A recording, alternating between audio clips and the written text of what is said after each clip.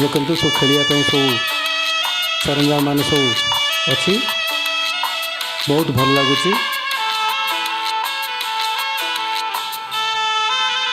ଆପଣମାନେ ଏମିତି ସକାଳୁ ଉଠନ୍ତୁ, ବ୍ୟାୟାମ କରନ୍ତୁ, ସ୍ୱାସ୍ଥ୍ୟକୁ ଯତ୍ନ ନିଅନ୍ତୁ। ବେଳ ଥାଉ ଥାଉ ଯଦି ଆପଣମାନେ ସ୍ୱାସ୍ଥ୍ୟକୁ ଜାଗ୍ରତ ନ ନେବେ ତାହେଲେ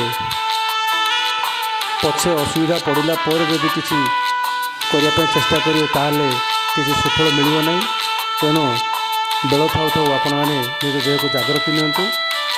ତା ସହିତ ଯେଉଁ ସବୁ ଖାଦ୍ୟମାନେ ଖାଉଛନ୍ତି ତାହା ଯଥାର୍ଥ ଥିବା ଦରକାର। ତେଣୁ ଖାଦ୍ୟ ପ୍ରତି ନିଶ୍ଚିତ ଭାବରେ ଧ୍ୟାନ ଦେବେ।